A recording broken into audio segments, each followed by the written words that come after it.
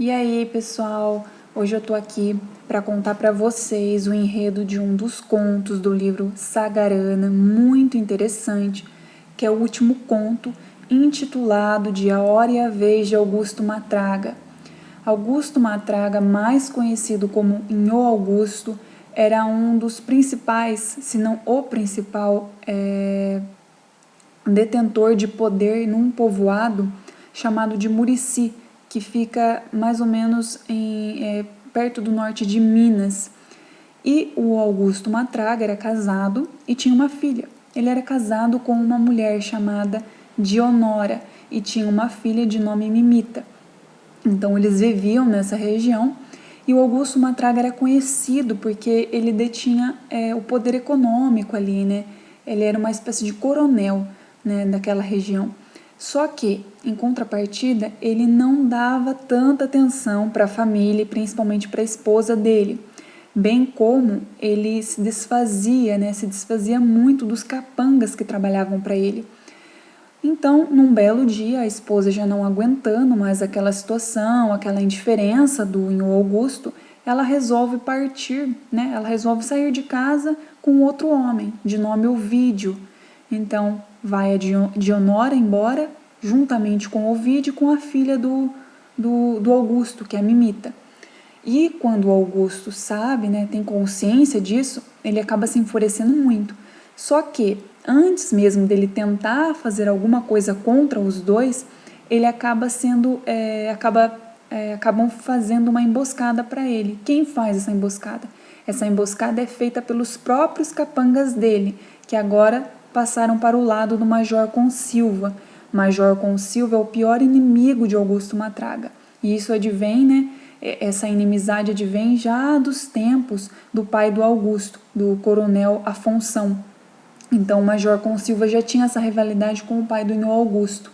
E nesse sentido, os capangas do Nhô Augusto passam para o lado do Major Consilva e acabam espancando o Nhô Augusto, marcando a própria pele do Nhô Augusto com ferro quente. E além disso, né, quando ele está quase, basicamente, para morrer, ele tem uma luz no fim do túnel. Por que eu digo isso? Porque ele acaba encontrando como se fosse uma espécie mesmo de penhasco, em que ele se atira desse penhasco. No momento em que ele se atira desse penhasco, todo mundo pensa que ele morreu, inclusive o Major Consilva. Então, a partir daquele momento, né, pela suposta morte do Nhô Augusto, o Major Consilva passa a ser, digamos, oficialmente o detentor único e exclusivo daquela região. Além disso, após isso, melhor dizendo, depois dessa suposta morte, o Augusto Matraga está lá, né, inconsciente, e ele é encontrado por um casal de pretos velhos. A mulher se chama Quitéria, mais conhecida como Mãe Quitéria, e o pai, que é conhecido como pai, se chama Serapião. Então ele é recolhido por esse casal de velhos e levado para casa deles, para ser cuidado. E lá eles dão toda a assistência que o Nhô Augusto precisa. E o Augusto vai se recuperando. Quando ele vai se recuperando, ele acaba como se renascesse um novo homem dentro dele. Então ele acaba tendo consciência das coisas erradas que ele havia feito ao longo da vida dele. Então ele passa a trabalhar arduamente, dia após dia, passa a rezar com convicção, passa a ajudar todo mundo. E ele tem uma célebre frase que ele diz assim, que agora ele ia para o céu nem que fosse a porrete. Ou seja, ele muda totalmente a visão da vida, muda totalmente os seus atos perante a vida depois do que aconteceu. E num determinado momento, né, os dias vão passando, ele vai trabalhando, vai rezando, continua com o seu comportamento bom. Aparece um bando liderado por um homem chamado Joãozinho Bembem. E ele pede abrigo para o Nhô Augusto, e o Augusto acaba cedendo abrigo. E você pode perceber ali que quando o Nhô Augusto conversa pela primeira vez com o Joãozinho Bembem, já se nota uma amizade muito recíproca. O Joãozinho Bembem, ele era ali naquela região o jagunço mais temido da localidade. Ali a localidade era o Tombador, né? Então, no momento inicial, o Nhô Augusto morava em Murici, e passou a viver ali naquela região do Tombador. E ali naquela região do Tombador, o Joãozinho Bembem era o jagunço mais temido.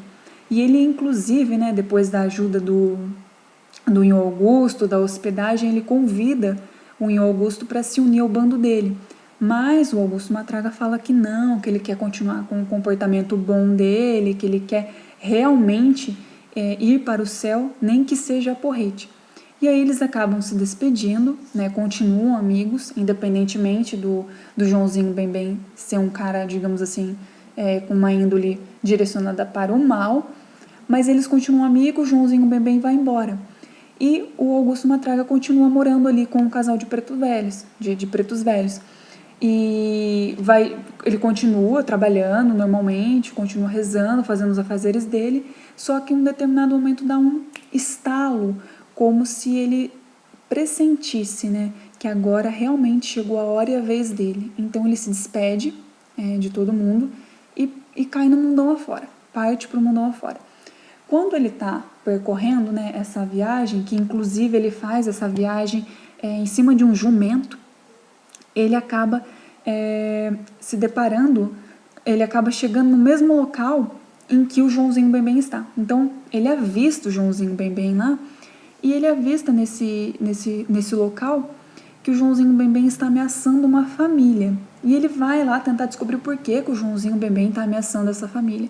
Quando ele chega ao local, ele toma contas, né, toma satisfações com o Joãozinho e pergunta a ele o porquê é que ele está ameaçando de morte essa família. E ele fala que essa família é a família de um assassino que fugiu e que agora a família vai ter que arcar pela fuga desse assassino.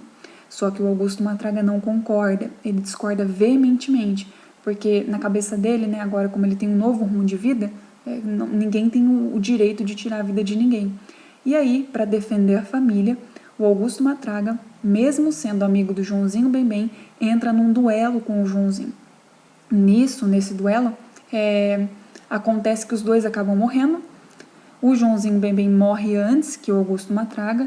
Narra-se, inclusive, uma parte em que diz que o Joãozinho Bembem, o Augusto Matraga rasgou a barriga do Joãozinho Bembem e que agora ele estava segurando as próprias entranhas. E mesmo assim, mesmo com a morte do Joãozinho Bembem ocorrendo, conjuntamente com a morte do Inho Augusto, eles acabam morrendo amigos.